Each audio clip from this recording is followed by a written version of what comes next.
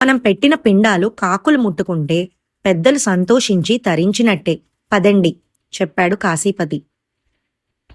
అందరూ డాబా పైకి చేరారు. సోమయాజి ఆకులో పిండాలు తెచ్చి డాబా పిట్టగోడ మీద పెట్టాడు. అందరూ కాకి కోసం చూస్తున్నారు. కనుచూపు మేరలో కాకి అన్నదే కనిపించలేదు. కొంతమంది పైకి చూస్తూ, కొంతమంది చుట్టుపక్కల చూస్తూ కా కా అంటూ అరుస్తున్నారు కాకుల కోసం. చివరికి అందరూ అరవటం మొదలుపెట్టారు. పిల్లలకి ఏమీ అర్థం కాక వాళ్ళు గొంతులు కలిపారు. కాకపోతే వాళ్ళ గొంతులు కలిపింది కాకుల కోసం కాదు, ఆకలేసి.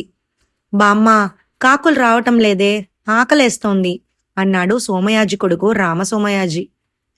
కాకి పిండం ముట్టుకునేదాకా ఎవ్వరూ మెతుకు ముట్టడానికి వీల్లేదు, కరాఖండిగా చెప్పింది చారుమతి.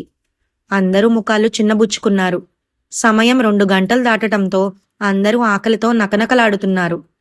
కాశీపతి గారు, కాకులు కాదు కదా, కాకి ఈక కూడా కనబడటం లేదు, ఏం చేద్దాం అన్నాడు సోమయాజి. మీరేం కంగారు పడకండి, ఓ 1/2 గంటలో కాకొస్తుంది అన్నాడు కాశీపతి సోమయాజితో.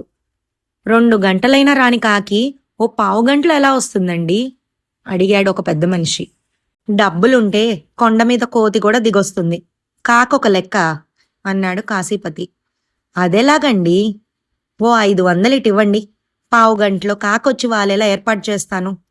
500 కాదు, 5,000 సరే, కాకి ముట్టిన తర్వాతే అందరం అన్నాలు ముట్టేది అంది చారుమతి. విన్నారుగా, మీ అమ్మగారికి 5,000 ఒక లెక్కే కాదిప్పుడు. కాశీపతి గారు, ఆవిడ మాటలకేం గాని 500 ఖాయం చేసుకొని అర్జెంటుగా కాకి చేత కబురు పంపి ఓ కాకిని రప్పించండి, అందరూ ఆకలితో ఉన్నారు అన్నాడు సోమయాజి.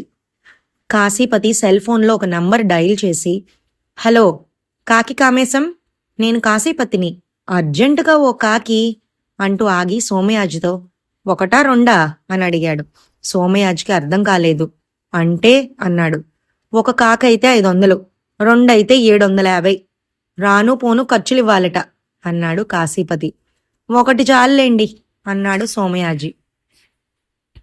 1 చాలట, వెంటనే 10 నిమిషాల్లో నువ్వు కాకితో సహా ఇక్కడికి వాలాలి అంటూ సెల్ ఫోన్ కట్ చేసి, అయ్యా ఇంకో 1/2 గంటలో కాకొస్తుంది, పిండాన్ని ముట్టుకుంటుంది, అమ్మా ఈలోగా ఆకులు వేసేయమని చెప్పండి అన్నాడు కాశీపతి చారుమతితో. ఎన్నిసార్లు చెప్పాలి రబ్బీ, కాకి ముట్టిన తర్వాతే ఆకులైనా వడ్డనైనా విసుక్కుంది చారుమతి.